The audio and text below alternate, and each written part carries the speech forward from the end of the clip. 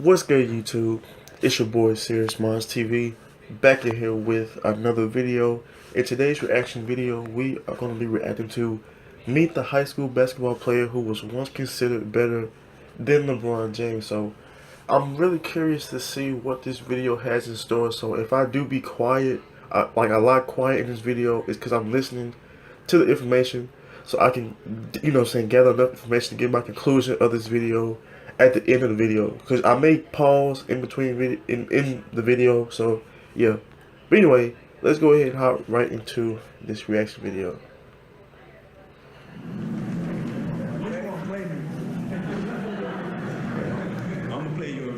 Oh, it's Kobe. What's up, guys? Kane Loves Cali here, and this is the story of Lenny Cook, who is known as the best high school prospect in the nation in 2001, ranked ahead of LeBron James, Carmelo Anthony, and Amari Stoudemire. I'm looking to be the next superstar, not the next Kobe Bryant. Lenny Cook was a 6'6" scoring and rebounding powerhouse that had no weaknesses. He could muscle you in the post and finish at the rim, and he had a knockdown three-point shot. But a number of bad decisions kept Lenny from ever playing a single minute in the NBA. How could the accepted #1 high school basketball player in the nation not even play 1 minute in the NBA? But first, I want to thank you guys for all the channel support recently. The channel just hit 24,000 subscribers. If you are new or been here for some time, thanks for coming through and supporting the videos. This video can hit 10,000 likes. It helps my channel likes. grow. No more delay, so let's get right into the story of Lenny Cook. Lenny Cook was born in Atlantic City, New Jersey, and was the most dominant player in high school in the years 2000 and 2001. He was recognized across the country, and especially in New York City.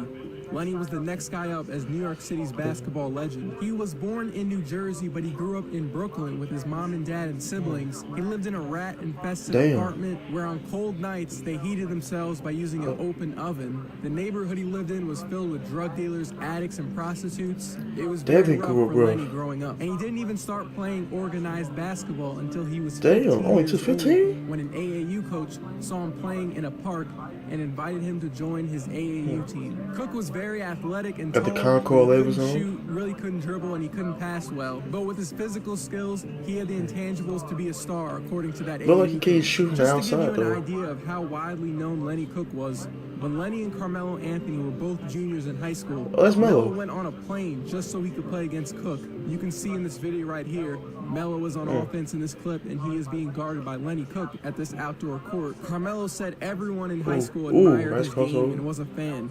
Melo said it was his size, how strong he can't was, shoot. how He could couldn't pass shoot the ball and play the point, kind of like Magic, I guess. He was really explosive. Joakim Noah grew up in New York City. He was a huge fan of Lenny Cook and loved going to his games. Yeah, a nice, actually a good mid-range game. He said in an interview, Lenny was really my hero because the way he could dominate a game was unbelievable to me. Lenny was a 6'6" combo guard who could do anything on the court. In his sophomore year, he averaged 30 points and 13 rebounds per game. In high school, he could play any position. He could post up anyone no matter their size. He had a vertical jump that no one could match. He could shoot the three. He had tight handles and had a competitive fire on defense. Lenny filled up the box score in his junior year also. The numbers were a bit down, 25 points and 10 rebounds, but he was still dominant. Besides being unstoppable in regular high school games, Lenny Cook made his name at the ABCD camp, which stopped running in 2007. I don't know why they stopped running that ABCD camp. Was one of the biggest, if not the biggest, summer basketball circuit in the country. It was where all the top high school basketball prospects come together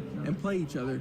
Kobe Bryant, Dwight Howard, Derrick Rose, Kevin Love, Tracy McGrady, Isaiah Thomas, and James Harden are a few of many notable basketball names that have played at the camp. The year before, Lenny Cook was the camp's MVP, so he was expected by most of the camp to dominate again that year, win the MVP, and the tournament title. In the tournament, Lenny's team beat Carmelo Anthony's team in the semifinals to set up the championship game between him and LeBron James's team. LeBron was well known at the time in 2001. That's young LeBron. This was a year before the Sports Illustrated cover. With the nappy Lenny was afro. still sitting in the throne. He was the champion and the MVP of the camp and was expected to dominate. I just want to come here and play hard. It really doesn't matter if I'm the best player in the camp. You know, I still know what I can do. And he did dominate, but the throne changed in the championship game in the 2001 camp. Unfortunately, there's no video of the full game, but it is said LeBron and Cook were going back and forth scoring scoring on each other in the first 3 quarters.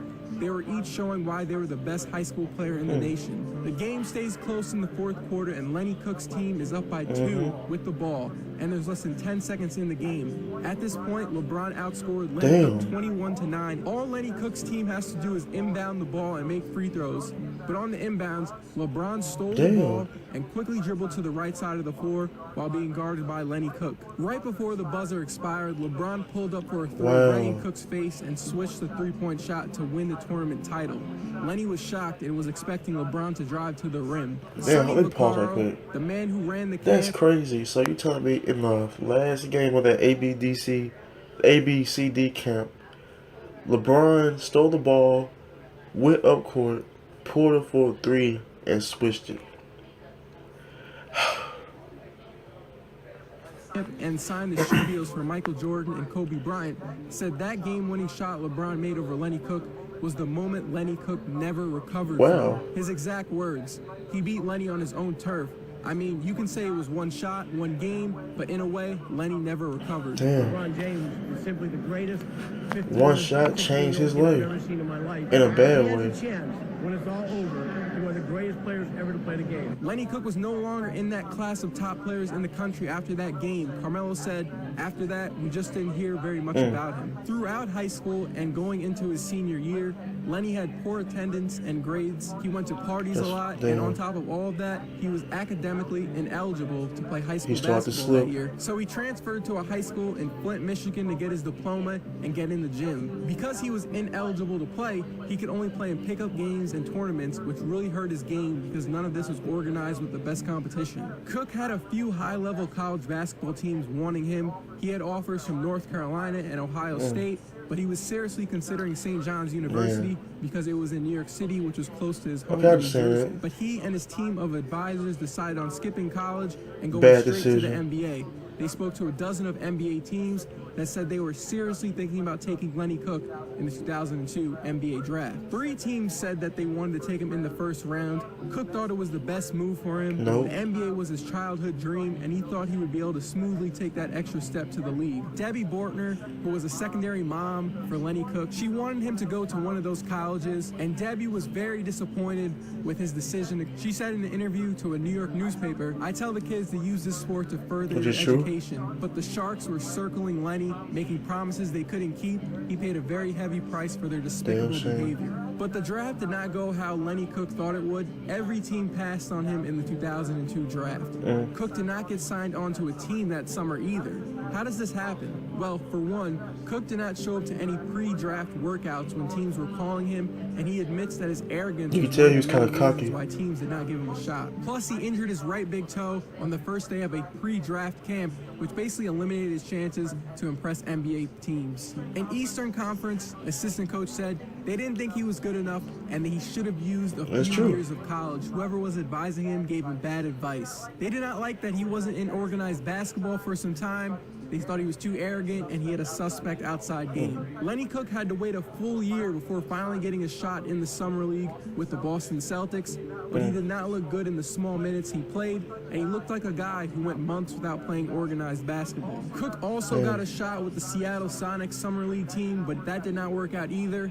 He then played a couple years in Asia before tearing his Achilles tendon, ending his basketball career forever. What was the biggest reason in Lenny not turning out like how scouts said he should? Lenny said, "Physically I was ready, but mentally I was not." And what does Lenny have to say about LeBron now? He said, "My kid's like LeBron James. He's earned everything he's gotten and taken advantage of every opportunity he's been given. How can I be mad at him? He's built his brand the right way." Lenny Cook says he wishes he listened to Debbie Bortner, who was a family friend, about going to school. Cook says, "It's up to you to make your own decisions about who you're going to surround yourself with because your image is more important than anything else." Today and in the past 5 years or so, Lenny has been using his story to teach younger high school athletes that are looking to go pro about the importance of taking every aspect of high school seriously so they do not end up like him. When the NBA changed its draft eligibility rules in 2005 to all players must turn at least 19 years old in that calendar year and be 1 year removed from their high school graduation, Lenny Cook is looked at as one of the reasons why there was a rule change. I don't agree with that. Final, Lenny I don't think says, so. when I was hanging out doing crazy things and partying,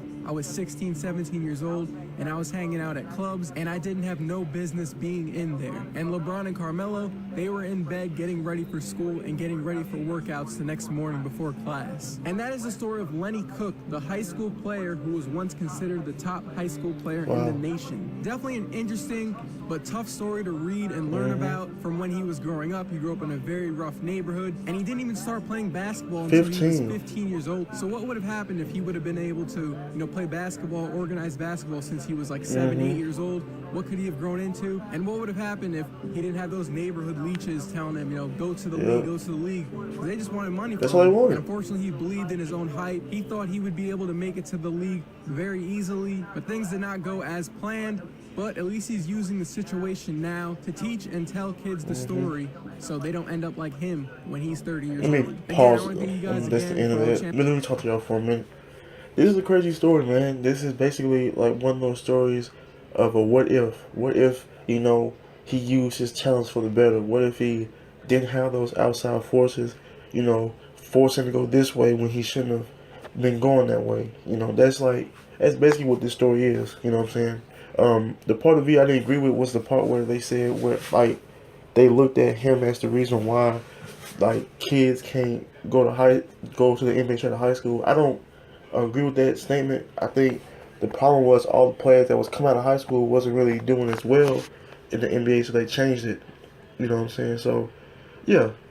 But yeah, like I said, man, I know people like this personally, man, who are great athletes in high school and had all talents to be something in life, but outside forces and things like that prevented them from being successful. Like I said, it's people I know personally that happened to, who had too many yes men in their corner and not enough people to tell them the things that they need to hear. They only had people tell them things that they want to hear, and now they ain't doing good. They out on the streets, not doing nothing with their lives.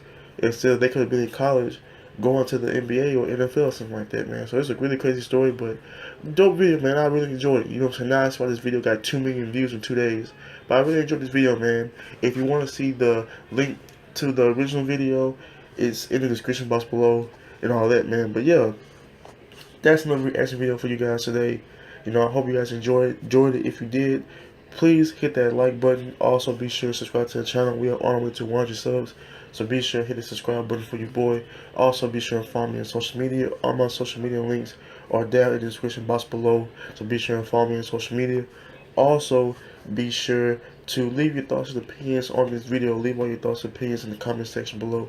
So yeah, man, it's your boy SeriousMindsTV, and I'm out.